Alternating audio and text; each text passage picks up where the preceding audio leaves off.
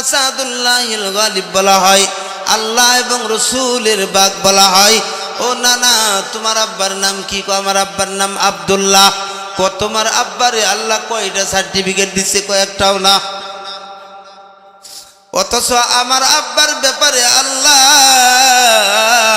বলছেন রাদিয়াল্লাহু তাআলা আনহু, আল্লাহ রাজি আমার আব্বার উপরে। তাহলে আমার আব্বার দাম বেশি না তোমার আব্বার দাম বেশি? আল্লাহর নবী কয় আমার আব্বা আব্দুল্লাহর চাইতে তোমার আব্বা আলীর দাম আল্লাহর কাছে কোটি গুণে বেশি। এবার কয় না না, আমার আম্মার নাম কি জানো নাকি? কহ তোমার আম্মার নাম ফাতেমা। কো আমার আম্মার চিনো নাকি? নবীজিরে হযরত হুসাইন প্রশ্ন করে আমার আম্মার চিনো নাকি? নবী কি চিনে না ফাতেমারে? কন্যা কার? হযরতে ফাতেমা কার সন্তান? নবীজির সন্তান অথবা নাতনি। কয় ও না না, আমার আম্মার চিনো নাকি? কহ চিনি। কো আমার আম্মার নাম কি? কো ফাতেমা। কো আমার আম্মা জান্নাতি নারীদের সরদারনি হবে, আমার আম্মা জান্নাতের অনুমতি সার্টিফিকেট পাইছে। আল্লাহ নবী বলতো আমার কলিজা ফাতেমা, আর তোমার আম্মার নাম কি গো নানা? কো আমার আম্মার নাম আমিনা। কো আমিনার দাম আল্লাহর কাছে বেশি না আমার মা ফাতেমার দাম আল্লাহর কাছে বেশি? হুসাইন ছোট্ট মানুষ নবীজির সাথে যুক্তি তর্ক করতেছে। কো আমার আম্মার দাম বেশি না তোমার আম্মার দাম বেশি? আমার নবী কয় হুসাইন, আমার আম্মা আমিনার চাইতে তোমার আম্মা ফাতিমার দাম আল্লাহর কাছে কোটি গুণে বেশি। হুসাইন ডাক দিয়ে কই না না, এবার আসো গো, আমার নানারে তুমি চিনো নাকি? আল্লাহর নবীরে নাতি তার নাতি হুসাইন ডাক দিয়ে কই নানা, আমার নানারে চিনো নাকি? যারে না বানাইলে আল্লাহ কুল কায়নাত কিছুই বানাইতো না, যারে আল্লাহ গোটা পৃথিবীর জন্য রহমত হিসাবে বানাইছে, যারে আল্লাহ খুশি করার জন্য সারাক্ষণ ব্যস্ত থাকে, আমার বন্ধু কোন সময় বেজার হয়ে যায়, যার নামে আল্লাহ নিজেই দুরূদ পড়ে। অথচ কোন নবীর ব্যাপারে আল্লাহ বলে নাই আমি তার নামে দুরূদ পড়ি, জিকির করি, কিন্তু আল্লাহ আমার নবীর জন্য বলছেন ইন্নাল্লাহা ওয়া মালাইকাতাহু ইউসাল্লুনা আলান নবী ইয়া আইয়ুহাল্লাযীনা আমানু সাল্লু আলাইহি ওয়া সাল্লিমু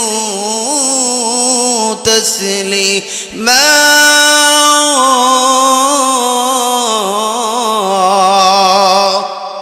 পাইলে নিরালাই গো নবী, পাইলে নিরালাই, ওই কপালে চুমু দিতাম, ওই কপালে চুমু দিতাম, চরণ দুলি মাখতাম গাই, পাইলে নিরালাই গো নবী, পাইলে নিরালাই।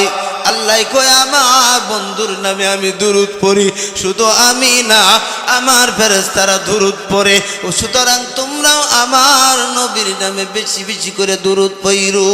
এই নবীর দুরূদ না পড়া কেউ যদি মুনাজাত করে, মুনাজাত আল্লাহ আমি আল্লাহ কবুল করি না। যে ইবাদতের ভিতরে আমার বন্ধুর নাম নাই, যেই ইবাদতের ভিতরে আমার বন্ধুর নামের দুরূদ নাই, ওই ইবাদতটাও আমি আল্লাহ গ্রহণ করি না। হযরত হুসাইন কয় নানা, আমার নানারে চিনো নাকি?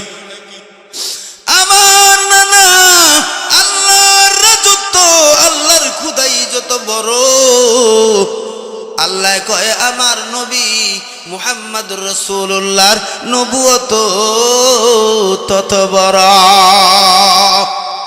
আমার নানারে চিনো নেই হুসাইন কয় আমার নবীরে ক হুসাইন চিনি রে হুসাইন কো নানা আমার নানা সকল নবীদের নবী আমার নানা উম্মতের কান্ডারি আমার নানা আল্লাহর পরে যার মর্যাদা তিনি আমার নানা। ও নানা আমার নানার নাম মুহাম্মদুর রাসূলুল্লাহ, যার অনুমতি ছাড়া জান্নাতের গেটটা পর্যন্ত খোলা হবে না। ও নানা গো তোমার নানার নাম কি? নবী কথা কই না, নবী কান্দে, চোখ থেকে নবীর পানি ধরে গেছে। হুসাইন রে তোর এই ছোট্ট মাথায় বুঝিয়া তো বুদ্ধি রে হুসাইন।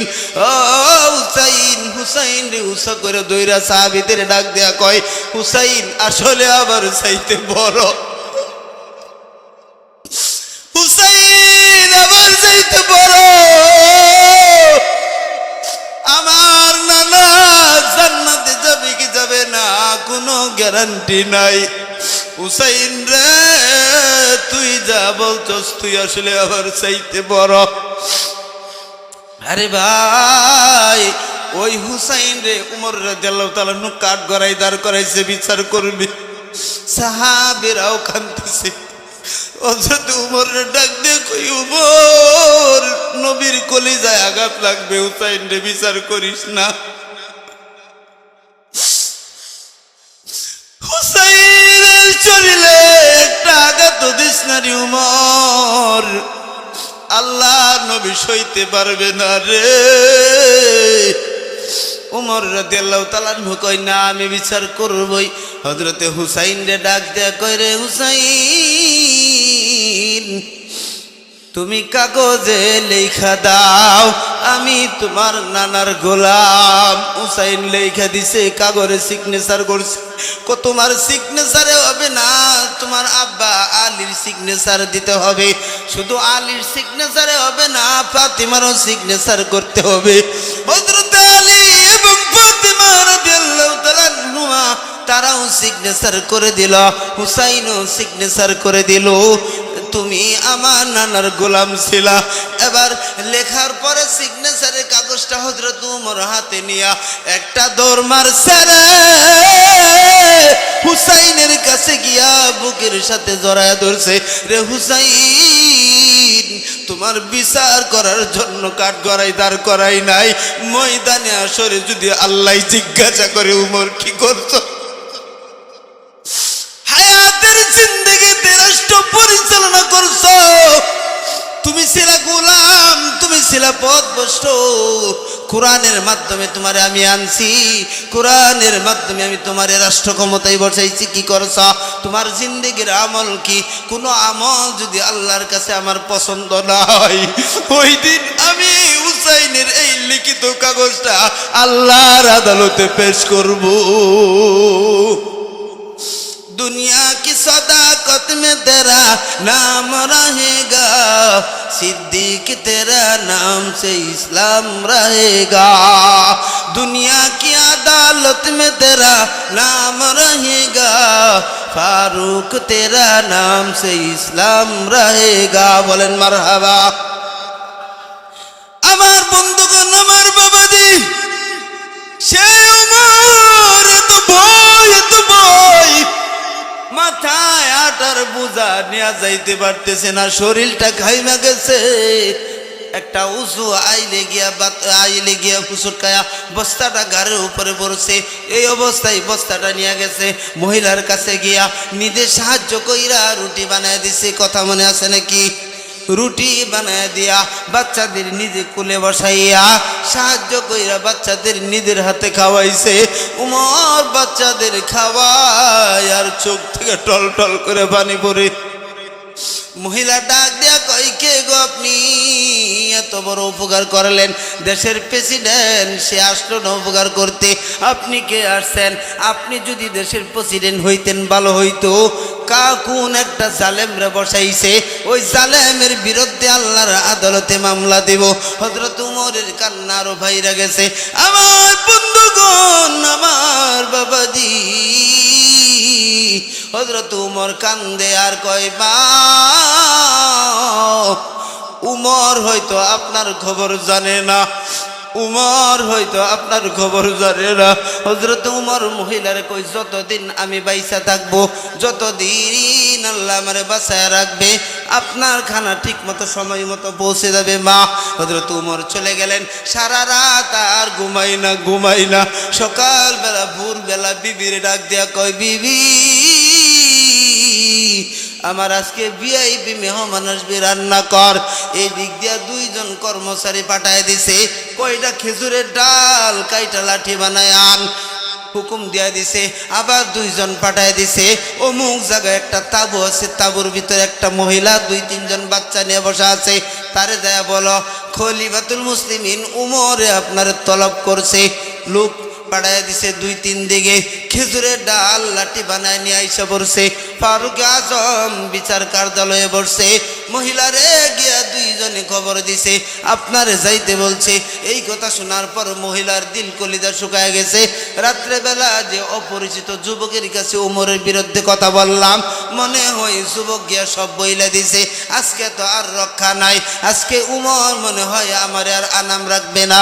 আল্লাহ আমারে মারলে মারুক, আমার বাচ্চাদের যেন কোনো ক্ষতি না করে, কারণ উমরের রাগের ব্যাপারে তো জানে কেমন কঠিন মানুষ। হযরতে উমর রাদিয়াল্লাহু তাআলা আনহু যখন রাষ্ট্র ক্ষমতায় ছিল, বাঘে হরিণে এক গাঁটি পানি খাইছে, কেউ কারো দিকে তাকায় নাই, সব জায়গায় ইনসাফ চালু হয়ে গিয়েছিল।